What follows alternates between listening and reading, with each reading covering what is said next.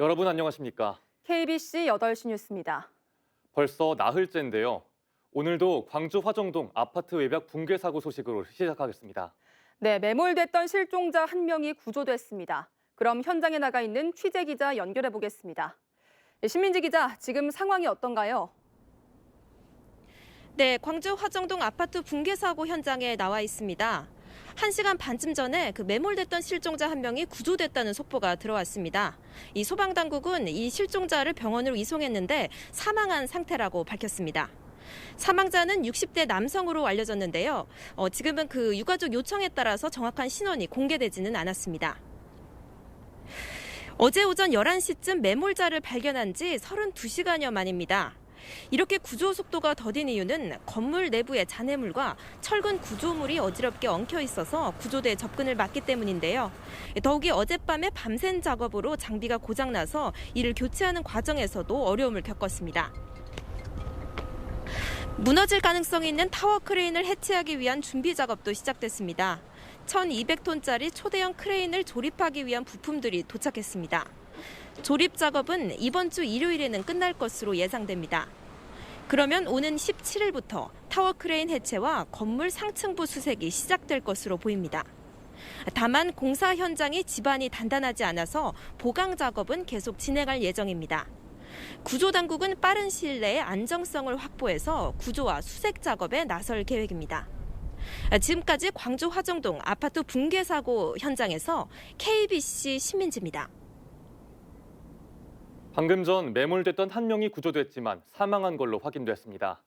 아직까지 신원은 확인되지 않고 있습니다. 지금 가장 애가 타는 사람들은 바로 실종자의 가족들일 텐데요. 실종자 가족을 이계혁 기자가 만났습니다.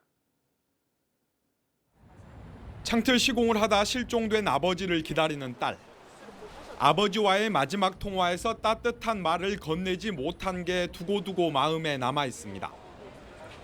날씨와 위험한 현장 상황 때문에 구조 작업이 속도를 내지 못하면서 애타는 마음은 더욱 커지고 있습니다. 최대한 안전하게 어떤 전기를 써서라도 좀 빨리 좀 구해줬으면 좋겠어요. 가족들은 형식적인 사과만 하고 구조 당국의 책임을 떠넘기고 있다며 현대 산업 개발에 대해 분통을 터뜨리고 있습니다. 와서 억지 사과하고 왜 사고는 회사가 치고 왜 이 국민 세금이나 혈세가 낭비돼야 되냐. 구조 작업이 지연되면서 속이 타들어가고 있는 실종자 가족들. 신속한 구조 작업을 바라면서 또한 구조대원들의 안전을 챙기는 것도 잊지 않고 있습니다. KBC 이계혁입니다. 경찰이 오늘도 업체 3곳에 대해 추가 압수수색을 실시했습니다. 사고 현장에 있는 사무실이 대상이었는데요.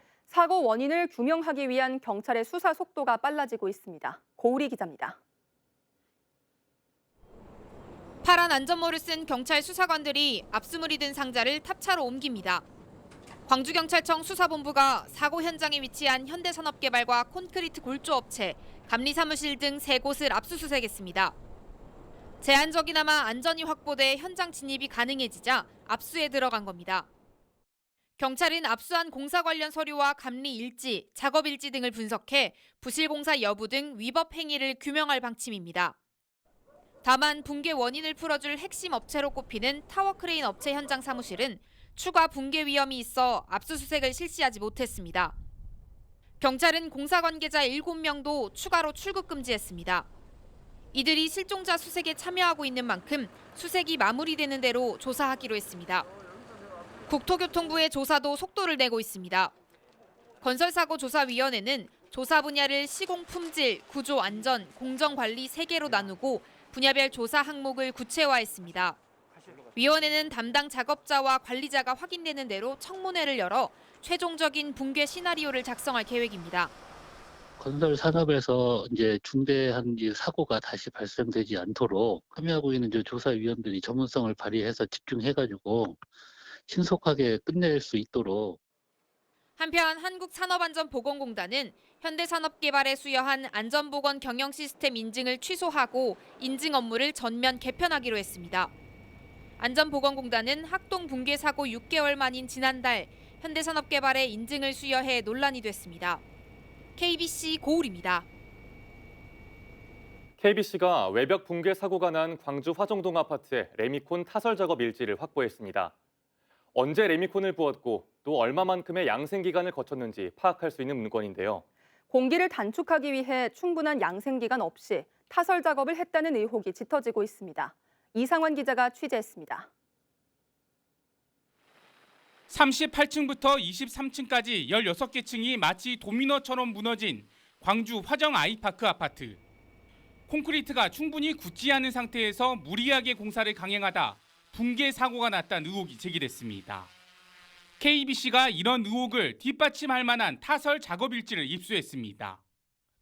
35층은 지난해 12월 3일, 36층은 12월 10일, 37층은 12월 16일 콘크리트가 타설됐습니다. 양생 기간은 6일에서 7일에 불과합니다. 전문가들은 시멘트 종류와 양생 온도 등의 변수가 있지만 양생 기간이 짧아 충분한 강도가 나오지 않을 수 있다고 지적합니다. 보통 봄이나 가을에는 한 일주일 정도 이렇게 해서 이제 양생을 하지만 겨울철에는 콘크리트 자체가 어는 경우가 있어서 강도가 안 나오기 때문에 통상적으로 일주일보다는 더 긴 그런 양생 기간을 좀 필요로 하고 있습니다. 현대산업개발은 지난 12일 충분한 양생 기간을 거치지 않았다는 주장이 사실과 다르다며 38층의 양생 기간이 18일이라고 밝혔습니다. 하지만 35층과 36층의 양생 기간은 알리지 않았습니다. 자신들에게 유리한 정보만 제공했을 가능성이 높습니다. 이에 대해 현대산업개발 관계자는 충분히 테스트를 해 강도에 문제가 없고 양생 기간보다는 강도가 중요하다고 해명했습니다. 경찰은 불량 양생 의혹을 확인하기 위해 작업 일지 등 공사 서류 분석에 들어갔고 관련자들을 차례로 불러 조사할 계획입니다. KBC 이상환입니다. 이번에 붕괴된 광주 화정동의 현대산업개발 아파트는 모두 870가구 규모입니다. 이 아파트는 지난 2019년 분양을 마쳤고 지금 입주 예정자들은 계약금 등 분양가의 절반 이상을 납부했는데요. 앞으로 이 입주 예정자들에 대한 보상 문제는 어떻게 진행될지 이형길 기자가 취재했습니다. 아파트 건축 현장에서 붕괴 사고가 발생했다는 이유만으로 분양 계약 취소를 요구할 수 없다는 것이 법조계의 의견입니다. 다만 비슷한 상황에서 보상을 받은 사례는 있습니다. 지난 2014년 세종시에 건설 중이던 모아미래건설의 아파트가 대표적입니다. 당시 건설 중인 아파트가 철근 부족으로 보강공사 명령이 내려졌고 모아건설은 분양자 100여 명의 계약을 취소해줬습니다. 취소자들은 계약금과 연 6%의 이자를 돌려받을 수 있었습니다. 당시 소송은 진행되지 않았고 건설사가 분양자의 요구를 받아들이는 방식으로 진행됐습니다. 이번에는 광주시에서 아파트 안전진단을 거친 뒤 철거 후 재시공 결론을 내릴 가능성도 높습니다. 이럴 경우 보상 문제는 정해진 것이 없어 입주 예정자들은 애만 태우고 있습니다. 분양을 새로 받을 수 있는 그런 상황도 아니고요. 그거를 취소를 해서 다른 아파트를 들어간다. 이거 자체가 현재 말이 안 되는 거고. 분양권에 웃돈을 얹어 프리미엄을 주고 산 경우는 보상이 더욱 어렵습니다. 프리미엄을 주고 아파트를 사신 분들 같은 경우에는 적으로 보전이 가능한 손해라고 보기가 어려울 것 같습니다. 붕괴 사고가 난 광주 아파트는 오는 11월 입주 예정입니다.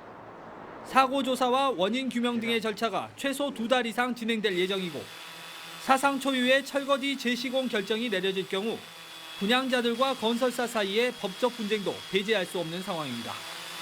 KBC 이영길입니다.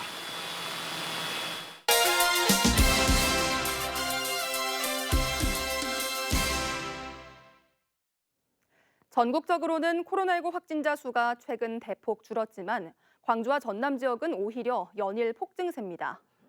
어제 하루 350명이 넘었고 오늘도 지금까지 274명이 확진돼 300명에 육박하고 있습니다. 임소영 기자의 보도입니다. 광주시청 앞 임시 선별소입니다. 시민들이 끝없이 늘어서면서 2-3시간은 기다려야 코로나19 검사를 받을 수 있습니다.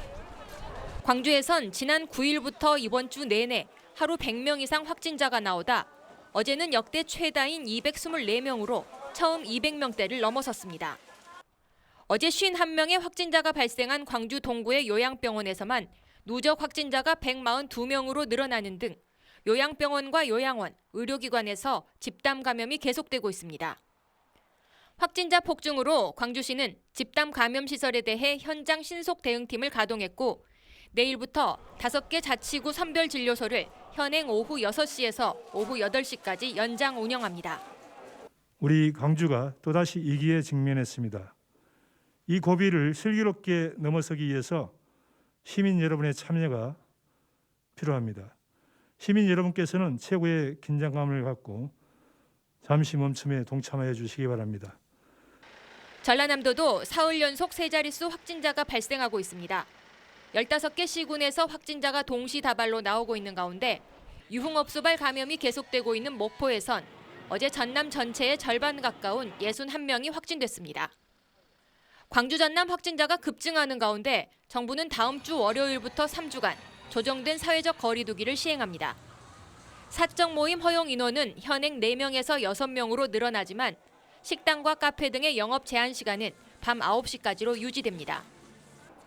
설 명절 연휴를 앞두고 하루 300명 넘는 확진자가 속출하면서 광주 전남 지역 코로나19 방역이 최대 위기를 맞고 있습니다. KBC 임소영입니다.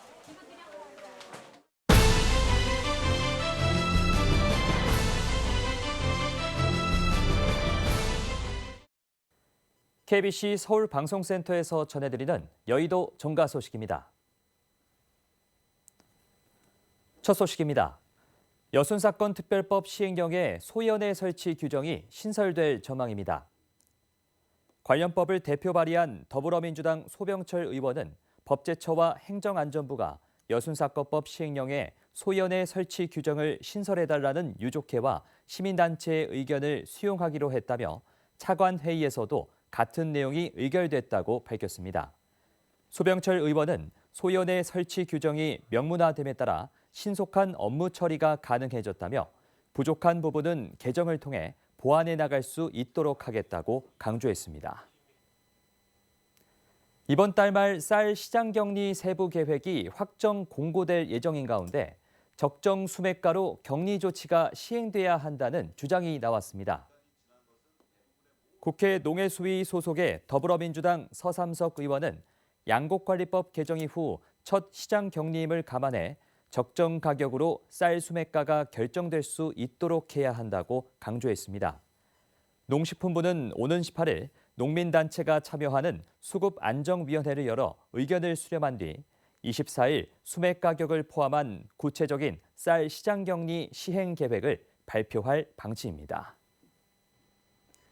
청와대가 문재인 정부 임기 말 공직기강 회의를 막기 위한 집중 감찰에 들어갑니다. 청와대는 국무총리실 감사원과 함께 공직기강 협의체 회의를 열고 인허가 비리, 금품 향응 수수, 갑질 등 권한 남용 행위 등을 중심으로 복무기강 점검에 나서기로 했다고 밝혔습니다. 대선을 앞두고 공직사회 분위기가 어수선해질 수 있다는 점에서 선제적인 기강 확립에 나선 것이라는 분석입니다. 지금까지 KBC 서울방송센터에서 전해드렸습니다. KBC 광주방송의 2일 산업 폭발의 진실 보도가 방송기자연합회가 주는 제159회 이달의 방송기자상에 선정됐습니다. KBC 박승현, 이계혁, 이형길, 최복수 기자가 취재한 해당 보도는 노동자 3명이 숨진 여수 2일 산업 폭발 사고의 원인을 추적해 회사 측이 유증기가 나오는 탱크에서 노동자들에게 용접 작업을 시켰다는 사실을 단독으로 밝혀냈습니다. 또 사고 직후 드론 등을 통해 폭발 현장을 생생하게 담아내 관계기관의 사고 원인 조사에도 기여했다는 평가를 받았습니다. 현장 실습생에게 따개비 제거를 위해 잠수를 시켰다가 숨지게 한 혐의를 받고 있는 요트업체 대표에게 검찰이 징역 7년형을 구형했습니다. 광주지법 순천지원에서 열린 요트업체 대표에 대한 결심 공판에서 검찰은 홍정훈 군에게 체중에 맞지 않는 납벨트를 채우고 물에 가라앉았을 때에도 즉시 구하지 않았다면서 업체 대표에 대해 징역 7년을 구형했습니다. 지난해 10월 현장 실습을 나온 특성화고 3학년 홍정훈 군은 여수 웅천 요트장에서 요트에 붙은 따개비 제거 작업을 하던 중 물에 빠져 숨졌습니다. 광주 아파트 붕괴 사고 현장에서 실종자 1명을 발견한 것은 인명구조견 2마리였습니다. 소방청은 중앙 119 구조본부 소속 인명구조견 7살 리트리버 수컷 소백과 3살 shepherd 수컷 한결이 건물 지하 1층 계단 난간 부근에서 이상 반응을 보이자 훈련관 2명이 주변 수색을 통해 콘크리트와 모래 속에 파묻혀 있는 사람의 손가락 끝마디를 발견했다고 밝혔습니다. 전라남도의회가 의회 인사권 독립에 따라 첫 전보 인사를 단행했습니다. 이번 인사는 개정된 지방자치법 시행에 맞춰 지방의회 의장이 첫 임용권을 행사한 것으로 사무관급 10명과 6급에서 8급 직원 14명 등 24명이 자리를 옮겼습니다. 전라남도의회는 이번 인사를 시작으로 전라남도로부터 독립적 인사권을 행사하고 소속 직원의 역량을 전문화해 집행부에 대한 감시와 견제 역할을 강화할 방침입니다.